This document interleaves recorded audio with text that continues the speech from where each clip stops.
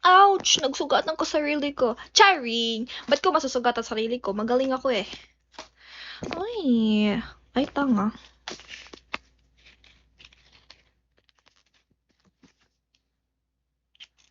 What if may tiban ilagay ko? May tiban nga lang. Ilalagay ko talaga may tiban. Alam nyo ba guys? Ha? Beatbox go. Putang ina mo! Putang ina! Ganon. Alam nyo ba guys? Nung bata ako, pag nagbibili ako ng fake nails, hindi glue ng fake nails yung nilalagay ko. Dahil sira ulo ko, nilalagay ko may tiban. May tiban ba tawag doon? Yun yung nilalagay ko. Ganoon ako katindi. Nung bata ako, ay naamin ko. Rugby nga, ginawa kong plastic balloon eh. Gusto nyo malaman yung totoo? Yun, yung totoo. Ano yun? May tiban ba tawag? Hindi, ano yun?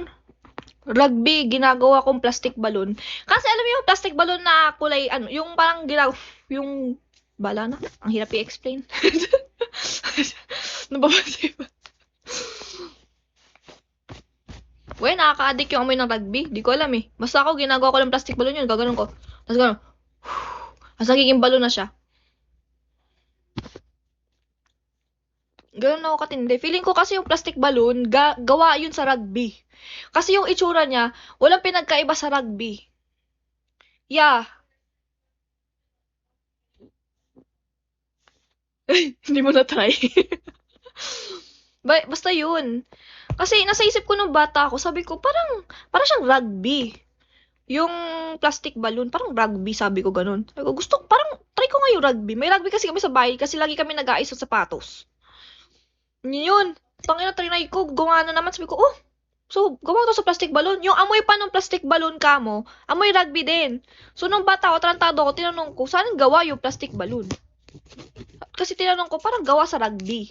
So, ginagawa ng addict ng mga Pilipino yung mga bata dati pa. Alam nyo ba yun? Ang OA ko, no, ganun ako mag-overthink. Kaya sabi ko, ginagawa na sigurong addict ng mga Pilipino mga bata dati pa. O ako lang yun kasi overthinker ako. Hi, Colas. It's my birthday. Hindi ka babati, tang ina mo. Mura agad, no?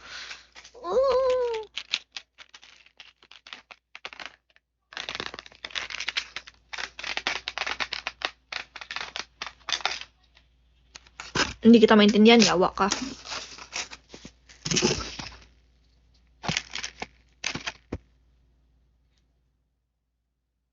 Masyado malaki.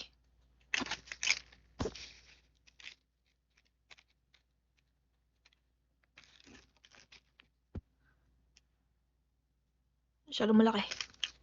Bakit puro malalaki? Oh, nag-happy birthday na sila kahit ang tagal, kahit kanina pa yung birthday ko, tang ina nyo. Ayan, sakto. Alam mo, mga kaibigan ko sa Pilipinas, ako naalala ko yung birthday nila. Joke lang, hindi ko nga naalala eh. Kinalimutan ko yung birthday nila kasi kinakalimutan din nila birthday ko eh. Kupal sila.